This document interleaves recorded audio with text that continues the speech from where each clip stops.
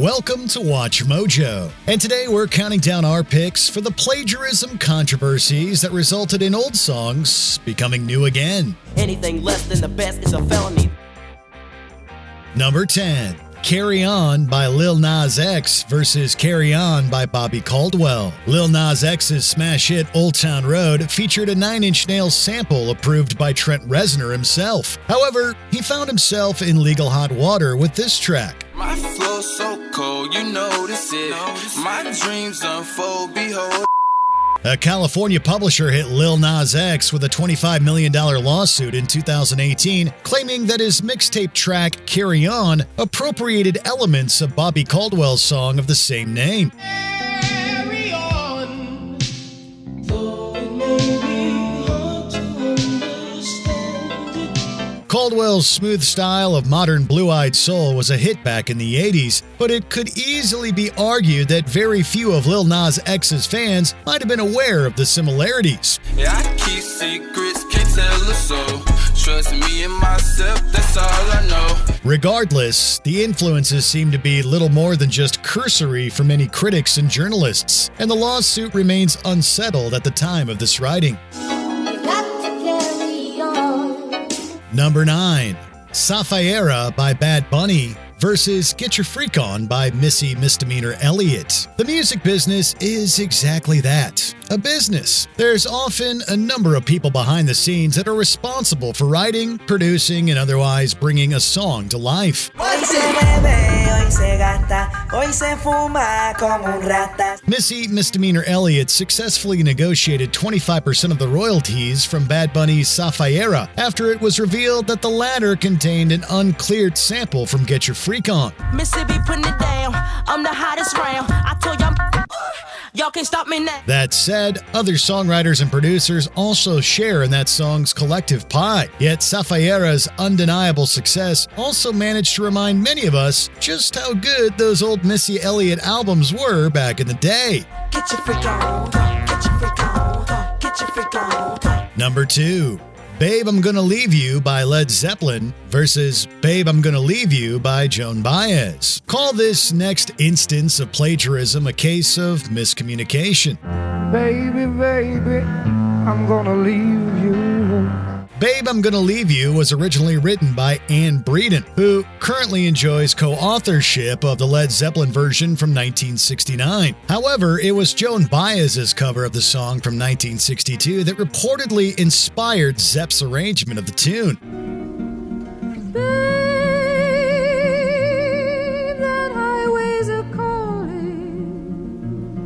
Baez's live album neglected to credit Breeden, mistakenly labeling Babe, I'm Gonna Leave You as a traditional folk song. Zeppelin kept this label, although they added an additional arrangement credit to Jimmy Page.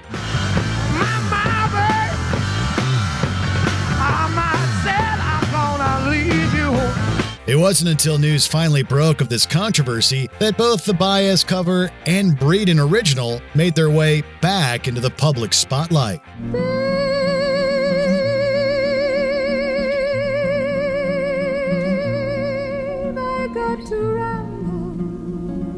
Number 7.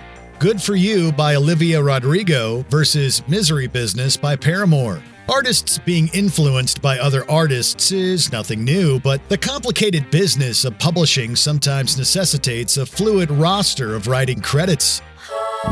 Good for you, I guess you moved on really easily. You found a new girl and it only took a couple weeks. Fans remarked online about how Good For You by Olivia Rodrigo possessed certain compositional similarities to Misery Business by Paramore. Well, good for you, you look happy and healthy, not me, if you ever cared to ask. The latter seemed to agree and successfully sued Rodrigo's publishing company, Warner Chappell, for 50% of the writing credits.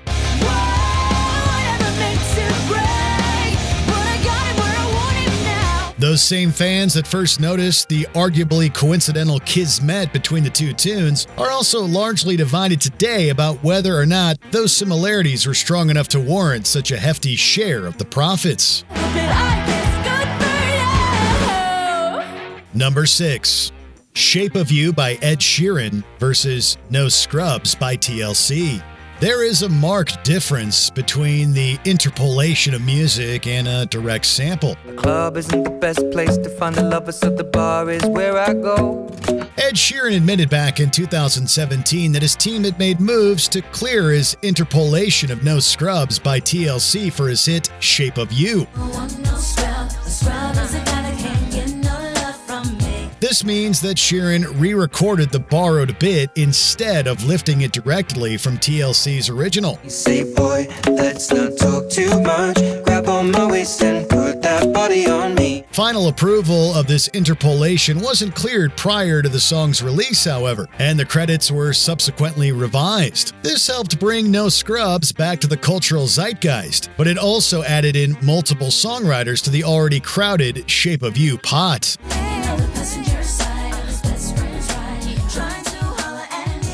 Number 5. Blurred Lines by Robin Thicke versus Gotta Give It Up by Marvin Gaye. At what point does musical inspiration deviate into outright theft? The lines are often blurred. See what we did there? With regards to how much an artist takes their influences. A 2015 verdict resulted in a $5 million settlement in favor of Marvin Gaye's estate after it was found that Robin Thicke's Blurred Lines borrowed too closely from Gaye's Gotta Give It Up.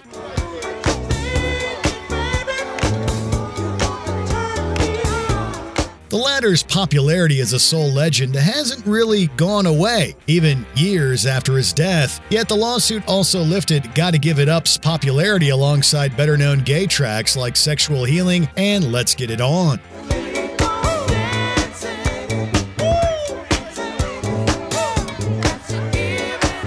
Number 4. Bittersweet Symphony by the Verve versus The Last Time by the Andrew Oldham Orchestra. It used to be something of a common practice, whereby certain cash-in cover albums of popular artists would be released, featuring top hits of the era.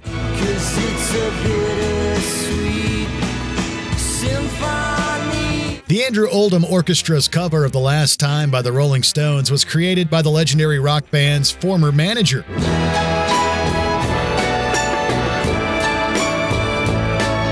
But it would be another Stones manager named Alan Klein that would result in this otherwise innocuous cover earning a new lease on life. This all came down to Klein's successful legal poaching of full royalties from the Verve, who neglected to get Klein's publishing permission for their sample.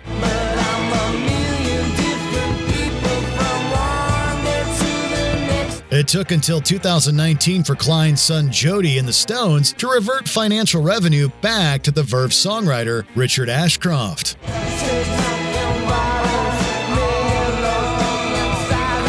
Number 3.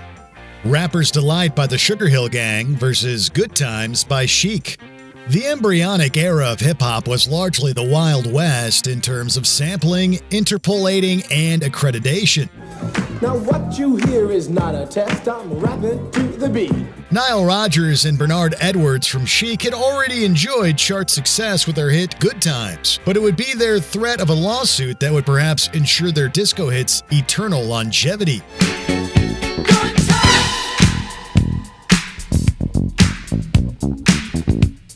This all came down to the Sugarhill Gang's unlicensed interpolation of Chic's music in their own hit, Rapper's Delight. And I'm here, and I'm there, I'm Big Bang Hank, I'm everywhere. Today, the lifting is blatantly obvious, yet we just can't help but be reminded of Bernard Edwards' iconic bass playing every good time we boogie to the Sugarhill Gang's beat.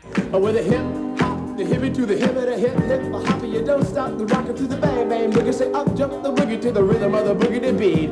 Number 2. Ice Ice Baby by Vanilla Ice versus Under Pressure by Queen and David Bowie. Popularity can be a fickle thing. The classic rock of Queen will probably always be cool, while Vanilla Ice admittedly burned hot back in the early 90s with Ice Ice Baby. Alright, stop, collaborate and listen. Ice is back with my brand new invention. Yet fans and critics alike noticed immediately how the hit tune heavily adapted John Deacon's iconic bass playing, albeit with a couple of extra tings.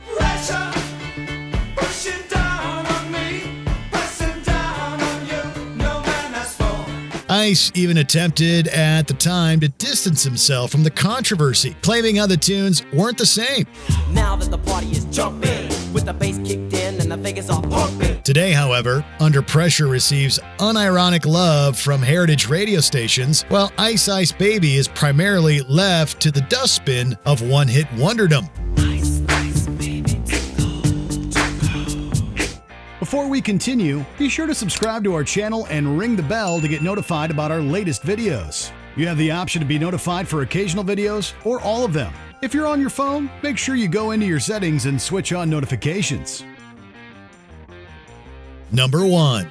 I'll Be Missing You by Puff Daddy and Faith Evans versus Every Breath You Take by The Police. Sean Combs was going hard back in 1997. Seems like yesterday we used to rock the show. I laced the track, you locked the flow. We're speaking, of course, about how his hit I'll Be Missing You not only interpolates Every Breath You Take by The Police, but also lifts a direct sample. Every breath you take, and every move you make. It's Biggie Smalls' widow Faith Evans who sings the interpolated version of the main melody that's also sampled for the tune. Life after death.